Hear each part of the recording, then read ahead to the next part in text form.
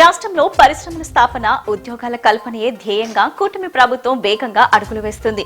ముఖ్యమంత్రి నారా చంద్రబాబు నాయుడు అధ్యక్షతన అమరావతిలోని సచివాలయంలో 26 రాష్ట్ర స్థాయి పెట్టుబడుల ప్రోత్సాహక బోర్డు కీలక సమావేశం నిర్వహించింది. పరిశ్రమలు, విద్యుత్, ఐటీ, పర్యాటక, ఫుడ్ ప్రాసెసింగ్ వంటి కీలక రంగాలకు చెందిన మొత్తం 37 ప్రతిపాదనలపై సమావేశంలో విస్తృతంగా చర్చించారు. దాదాపు 2.8 లక్షల కోట్ల భారీ పెట్టుబడి ప్రతిపాదనలకు ఈ భేటీలో ఆమోదం లభించింది. స్వాతంత్ర దినోత్సవాన్ని పురస్కరించుకుని అసెంబ్లీ ప్రాంగణంలో పలు కార్యక్రమాలు నిర్వహిస్తామని ఏపీ స్పీకర్ అయ్యన్న పాత్రుడు తెలిపారు.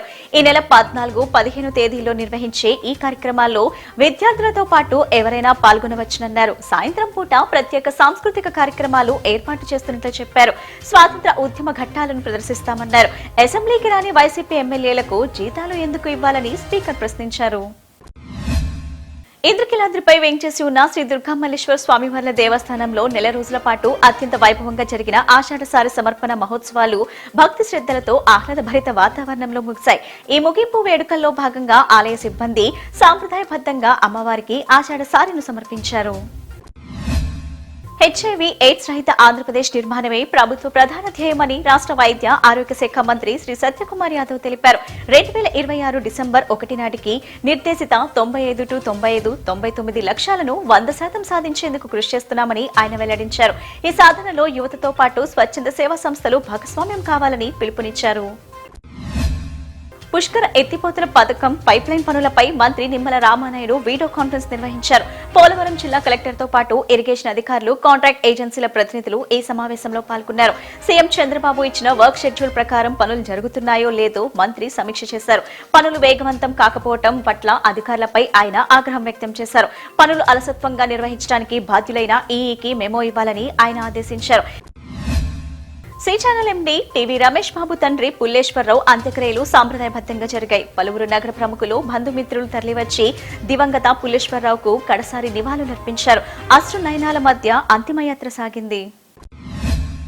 ఎన్టీఆర్ జిల్లాలో గంజాయి రహితంగా తీర్చిదిద్దడమే తన లక్ష్యమని జిల్లా కలెక్టర్ లక్ష్మీషా తెలిపారు. గంజాయి సాగు, రవాణా, విక్రయం, వినియోగంపై ఉక్కుపాదం మోపుతామని స్పష్టం చేశారు.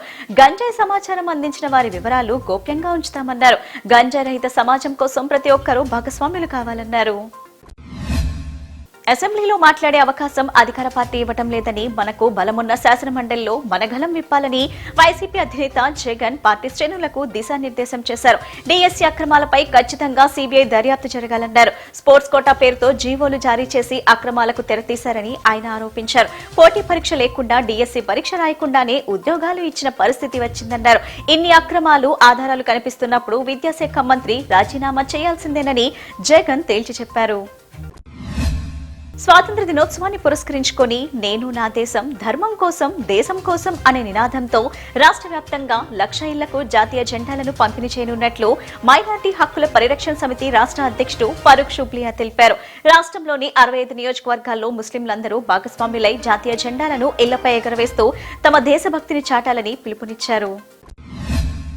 కృష్ణా జిల్లా డిఎంహెచ్ఓ దయాకర్ రావు పెడన పిహెచ్సిని ఆకస్మికంగా తనిఖీ చేశారు. ఈ సందర్భంగా ఓటీలో ఉపయోగించే ఓ వైద్య పరికరాన్ని చూపించి దాని పేరు చెప్పాలని విధుల్లో ఉన్న వైద్యుణ్ణి అడిగారు.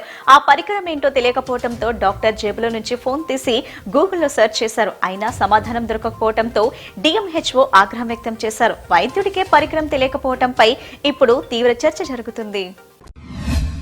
వైసీపీ శాసనమండలి చైర్మన్ ప్రభుత్వ ఎంక్వైరీ జరిపించి చట్టపరంగా చర్యలు తీసుకోవాలని, మా భూములను వైసీపీ శాసనమండలి చైర్మన్ కోయే మోషరాజు అక్రమంగా రిజిస్ట్రేషన్ చేయించుకుంటున్నాడని ఏలూరు రంగబాబు డిమాండ్ చేశారు. జనసేన పార్టీ ఎమ్మెల్సీ పిడుగు హరిప్రసాద్ అస్వస్థకు గురి కావడంతో ఆయనకు విజయవాడ ఆయుష్ హాస్పిటల్లో వైద్యం అందిస్తున్న సంగతి తెలిసింది. అయితే హరిప్రసాద్ ఆరోగ్య పరిస్థితి కొంత మెరుగుపడటంతో ఆసుపత్రి నుంచి ఆయన డిశ్చార్జ్ అయ్యారు. హరిప్రసాద్ ను పరామర్శించేందుకు జనసేన పార్టీ నాయకులు, కార్యకర్తలు భారీ సంఖ్యలో ఆసుపత్రికి చేరుకున్నారు. తన ఆరోగ్యం సక్రమంగానే ఉన్నట్లు హరిప్రసాద్ ఈ సందర్భంగా ఆయన తెలిపారు. వైద్యుల సూచన మేరకు ఆయన హైదరాబాద్ లోని అపోలో ఆసుపత్రిలో చికిత్స పొందేందుకు తరలి వెళ్తున్నట్లు పార్టీ శ్రేణులు తెలిపాయి.